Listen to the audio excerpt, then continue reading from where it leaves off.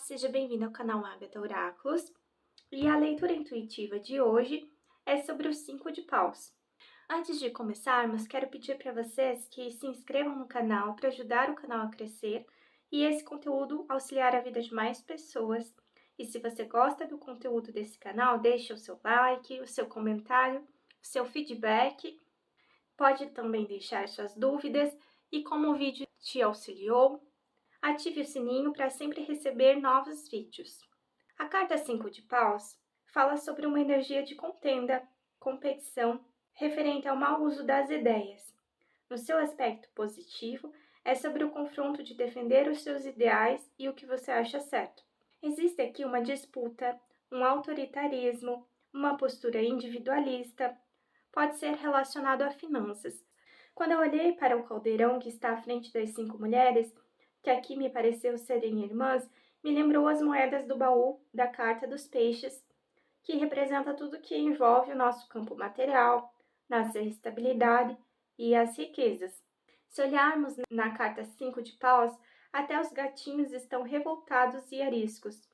Eu senti uma energia muito forte, 3 cartas do elemento fogo. Pode ser que vocês tenham signo de câncer ou de leão, ou terem forte no mapa astrológico a energia do fogo. Senti uma energia de muita agressividade junto com a carta da pantera, que também é outro felino. Ficou nítido que a coisa está feia. O arquétipo a ser trabalhado é a pantera, o arquétipo da mãe. Ela nos instiga a olhar o nosso lado sombra, o que está oculto em nosso inconsciente, e aquilo que não queremos aceitar de nós mesmos e projetamos no outro como conflito. Ela é o símbolo da ferocidade e valentia. Também representa lidarmos com nossos medos e as lições dolorosas e o isolamento para encontrar a própria identidade. Quando você percebe que só pode confiar em si mesmo. As panteras também nadam e escalam muito bem, o que significa que elas se adaptam muito bem ao ambiente por terem boa capacidade de observação. Têm uma visão aguçada e detalhada tanto de perto como de longe. A pantera fica à espreita da presa e espera o momento certo para matar com um só golpe. Por ter explosões de energia, logo ficam esgotadas e precisam repousar. Como você está usando a sua energia? Está usando em batalhas das quais você irá apenas gerar animosidades por impulsividade e orgulho? Ou está escolhendo bem seus confrontos através da sua intuição, aguardando o melhor momento de defender suas ideias? Como está lidando com as expressões desenfreadas dos seus instintos? Como está a sua capacidade de escutar? De que forma você partilha as informações? Se observarmos, todo conflito vem para trazer uma solução, se estivermos dispostos a aprender e iluminar as trevas interiores. O pajem de paus representa mensagens, oportunidades e coisas com potencial. Pode representar um jovem independente, uma energia imatura. Os pajens também são responsáveis por ir a cartórios e bancos, levando documentos. São comunicativos, mas também podem ser fofoqueiros e são bastante antenados, mas inexperientes para assumir grandes responsabilidades. Esse conflito pode ser sobre como pagar os estudos desse jovem. A história do pajem de paus é que ele era filho de Atamas e Nefei. A madrasta tinha ciúmes dele e queria matá-lo. Para evitar isso, Zeus enviou o Velócino de ouro que o levou em segurança para Cólquida. Pode ser que uma madrasta esteja em discórdia sobre como usar o dinheiro ou pagar uma pensão para esse adolescente. Talvez o conflito seja porque essas irmãs são filhas de pais, mães diferentes e estejam brigando sobre quem merece mais. Também pode ser um conflito em que você casou, mas ainda precisa de ajuda financeira de um dos pais, e eles se sentem no direito de interferir nas decisões do casal por conta disso. Vamos lá. Primeiro, precisamos organizar essa desordem sistêmica, através das 3 leis sistêmicas. Todos têm o direito de pertencer, o sistema familiar não tolera exclusões, é preciso pôr ordem, cada filho tem o seu lugar, E é preciso respeitar a lei da hierarquia. Os que vieram antes têm precedência sobre os que vieram depois. Caso a mãe ou o pai não estejam vivos, os filhos mais velhos devem organizar a questão da partilha. A partilha deve ser equalitária, dividida entre o cônjuge, sobrevivente e os filhos. O filho mais novo deve respeitar os mais velhos e deve evitar a arrogância e a prepotência. Os filhos fora do casamento, se excluídos, precisam ser reconhecidos e fazem parte da partilha. Na visão de Bert Hellinger, os pais não têm nenhuma obrigação de deixar a herança para os filhos, pois é fruto do seu trabalho e da sua energia. A herança recebida pelos filhos, que não esteja em ressonância com a vontade dos pais, se dissolve e os filhos perdem tudo e acabam na miséria. Se os pais quiserem doar, o filho deve receber com gratidão, como um presente e não como um direito. A herança deve ser gasta com o fim de contribuir com a vida. Os herdeiros que olham para a herança dos pais em vida desejam secretamente a morte dos mesmos. Quando existem muitas mortes por acidentes, doenças graves e suicídios na família, um dos filhos, por compensação, pode ter inconscientemente comportamentos imaturos, arriscando a própria vida, para seguir o mesmo destino dos que partiram precocemente. O suicídio de um filho pode gerar desordens e disputas da herança entre os filhos vivos por causa desse filho que morreu, ou de filhos fora do casamento, os excluídos do sistema. Uma frase sistêmica de solução pode ser dita: o pai, mãe vivo, pode dizer mentalmente para o filho falecido: você tem um lugar no meu coração. Você faz parte e agora eu deixo você ir. E poderá dizer aos outros filhos: peço-lhes que também deem um lugar para ele nos seus corações. Também pode dizer aos filhos: você é o primeiro, o segundo, pondo em ordem cada um em seu lugar. Isso irá apaziguar a disputa entre eles, pois agora eles não irão mais tentar preencher o vazio do irmão que morreu. Para a filha que está na dinâmica de eu sigo você, pode dizer ao irmão que partiu mentalmente: esse é o seu destino. Eu respeito as suas escolhas. Por favor, peço que me libere para seguir o meu caminho. Eu digo sim para tudo como aconteceu. Para a questão da madrasta, o primeiro casamento tem precedência. O segundo casamento, se houver filhos, tem prioridade.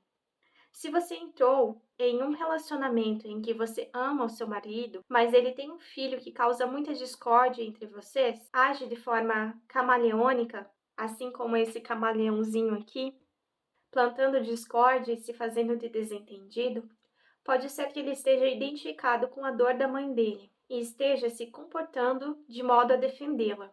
Não tente ocupar o lugar que pertence à mãe. Você precisa respeitar a lei da ordem e da hierarquia.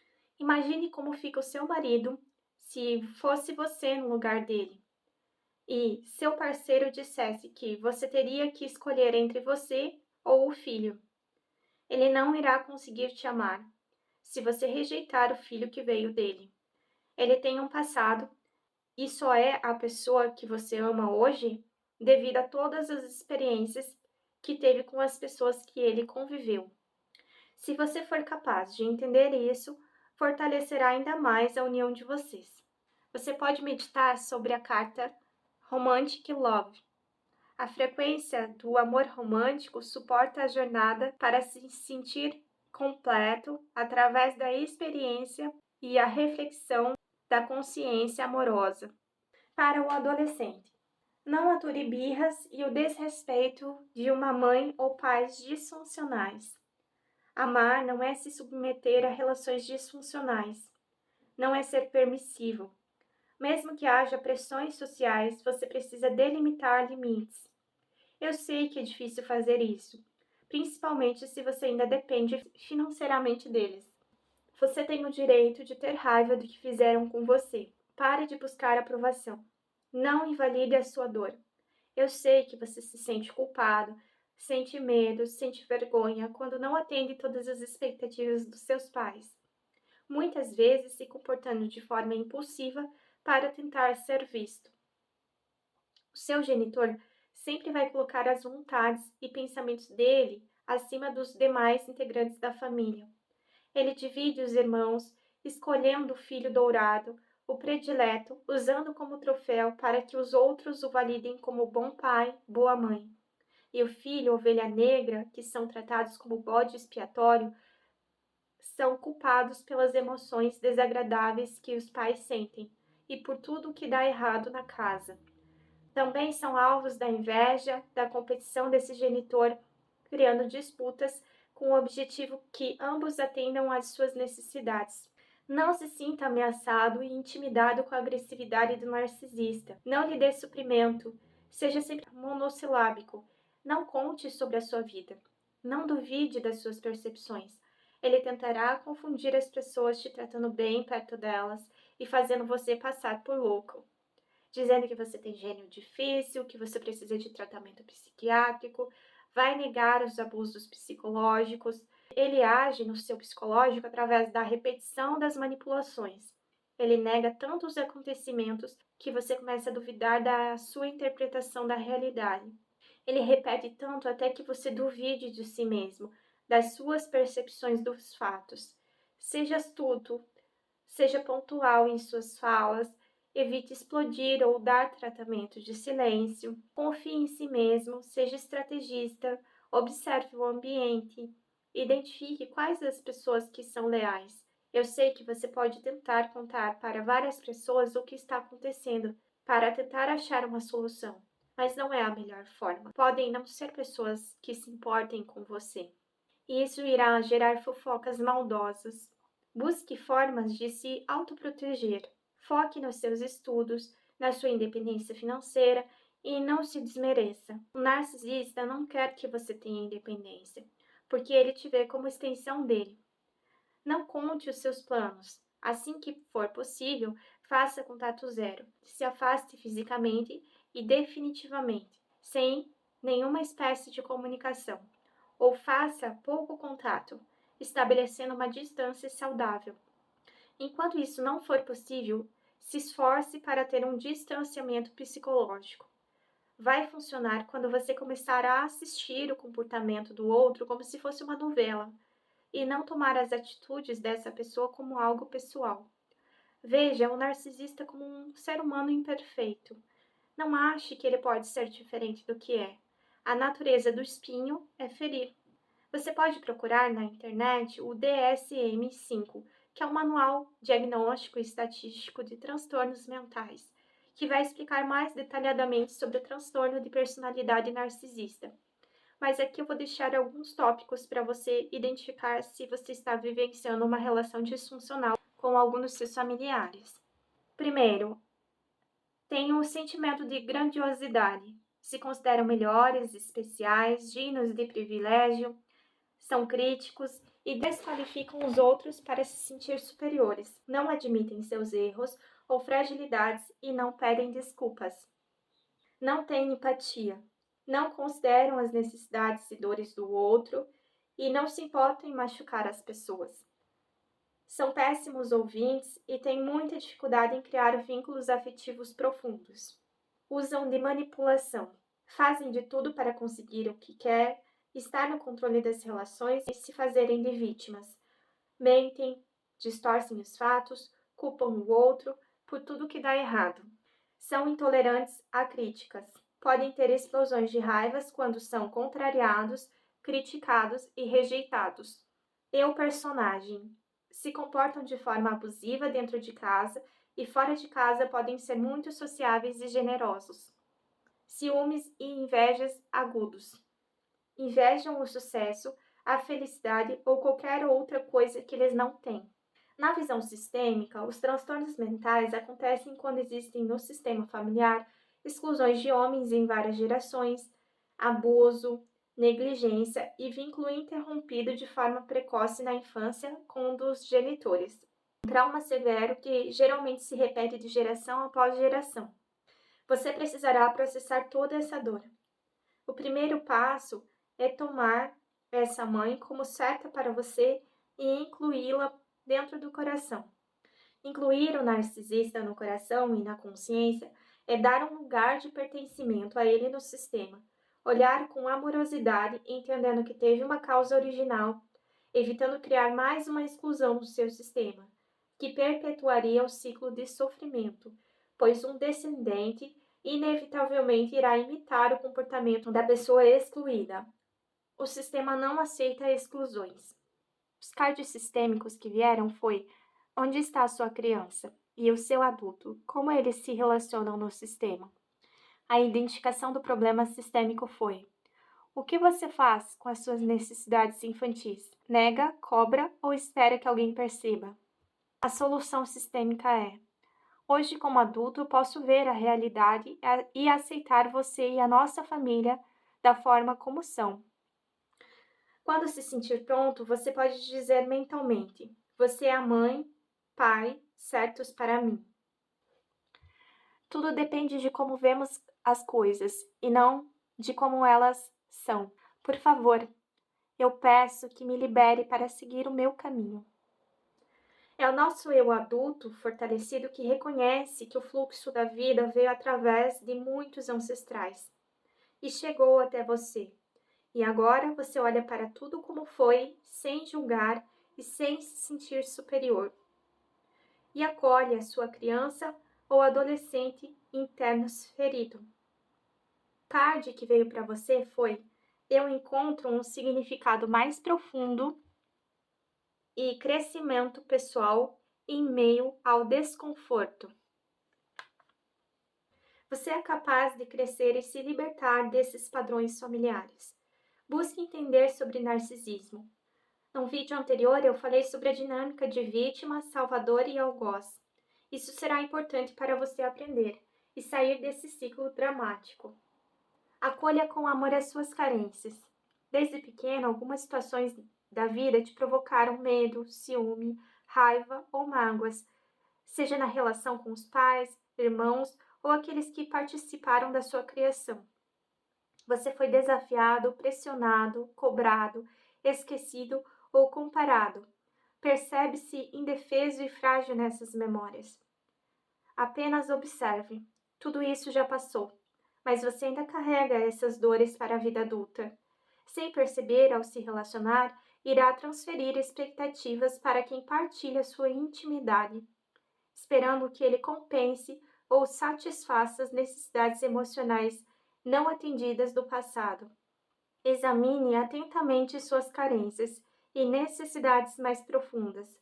Relembre fatos antigos que despertaram suas dores e entenda: ninguém poderá supri-las. Comprometa-se com você mesmo a se responsabilizar por suas emoções, cuidando delas com paciência, amor e dedicação. A carta de conselho é a Rainha de Paus.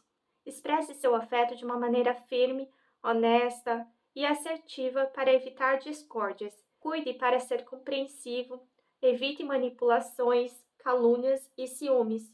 Confie na vida, direcione a sua energia, o seu foco e determinação para alcançar seus objetivos profissionais ou resolver situações pontuais. Construa o seu futuro. Não se deixe envolver por manipulações. Saia do meio das intrigas, seja pontual com as palavras, se defenda só quando for relevante, não se distraia com fofocas, não se abale com críticas destrutivas, fortaleça sua autoestima e expanda sua rede de apoio. Fortaleça sua capacidade de agir sozinha sem depender dos outros ou da aprovação dos outros, seja corajoso e balanceie a sua impulsividade. A música intuída de hoje foi de Silence Manchester Orchestra e ela fala sobre você se sentir como uma garotinha amaldiçoada pela sua ancestralidade, que você não vê além da escuridão. Agora, através de todo esse conhecimento, você pode deixar os padrões familiares disfuncionais para trás e focar em construir a sua vida e a sua felicidade fazendo diferente e honrando toda a história da sua ancestralidade. Então é isso que eu tenho para vocês hoje. Espero que essa leitura intuitiva tenha auxiliado.